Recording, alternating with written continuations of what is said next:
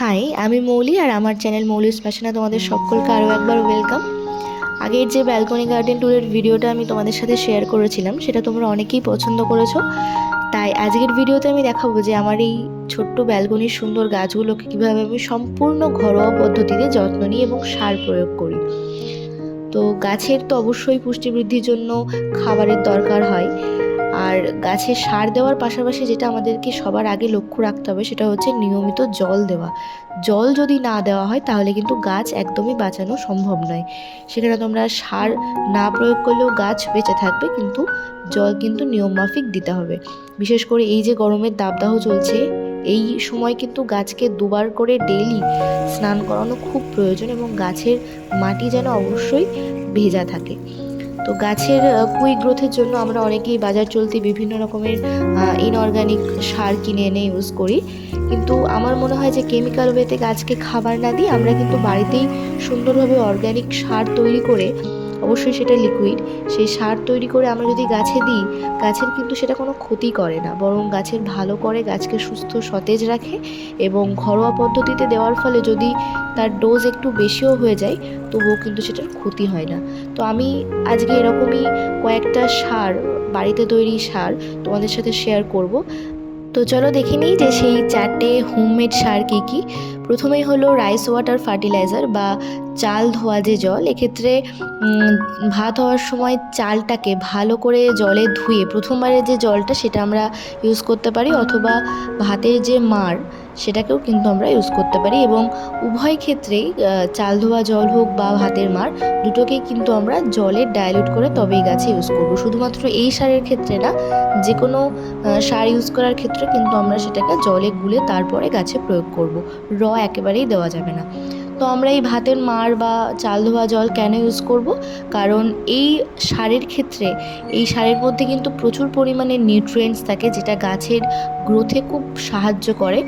এবং এতে থাকে হচ্ছে নাইট্রোজেন, ফসফরাস, পটাশিয়াম, এগুলো।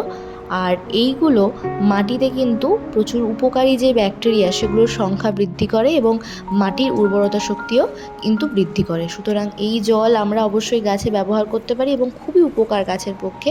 তো আমি কিছুটা পরিমাণ জলের সাথে এই সার গুলে নিয়ে ইউজ করেছি। এরপরে যেটা, সেটা হলো লিকুইড কফি ফার্টিলাইজার। এই ক্ষেত্রে আমি নিয়েছি 1 গ্লাস জল এবং একটা ছোট্ট কফির পাতা। আমি একটা 2 টাকার কফির পাতা ব্যবহার করেছি। এই কফির পাতাটাকে আমি হাফ পরিমাণ কফি এই জলের মধ্যে গুলে নেব, আর সেই জলটা আমরা কিন্তু গাছে প্রয়োগ করতে পারি।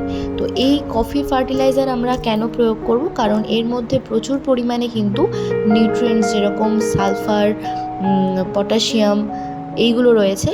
আর বিশেষ করে তোমরা এই সমস্ত ফার্টিলাইজারগুলো যে কোনো ফুল বা ফলের গাছে কিন্তু ব্যবহার করতে পারো।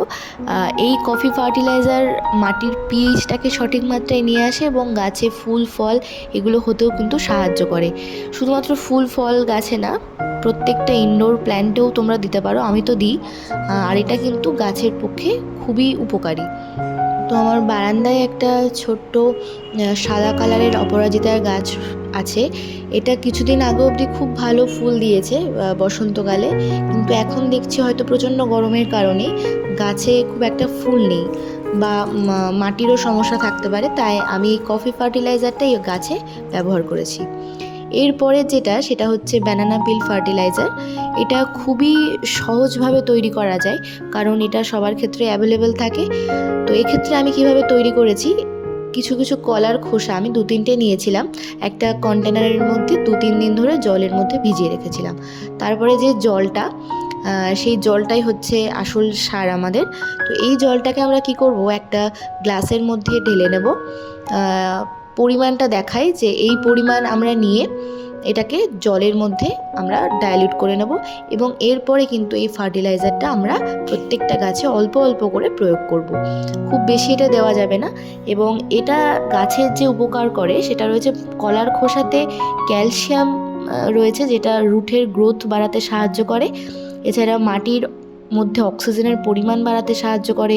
প্রচুর পরিমাণে ম্যাগনেসিয়াম, সালফার রয়েছে, যেগুলি গাছের যে রুট সেটাকে স্ট্রং করতেও কিন্তু সাহায্য করে। বিশেষ করে গাছের গ্রোথটাকে আরও বেশি বুস্ট করার জন্য কিন্তু এই ব্যানানা পিল ফার্টিলাইজারটা খুবই উপকারী।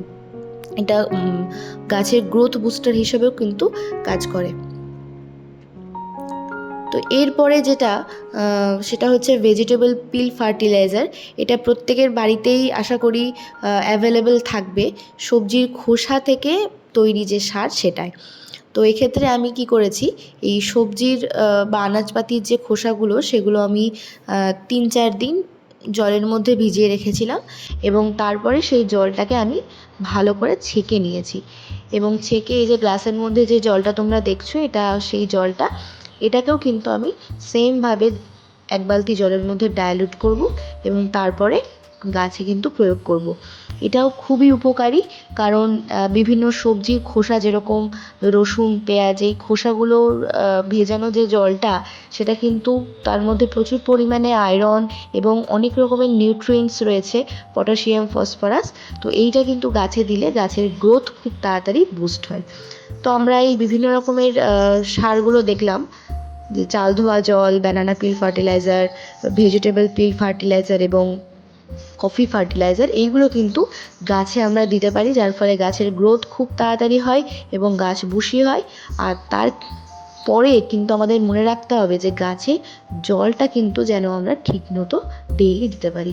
তো আজকের ভিডিওটা হলো এইটুকু।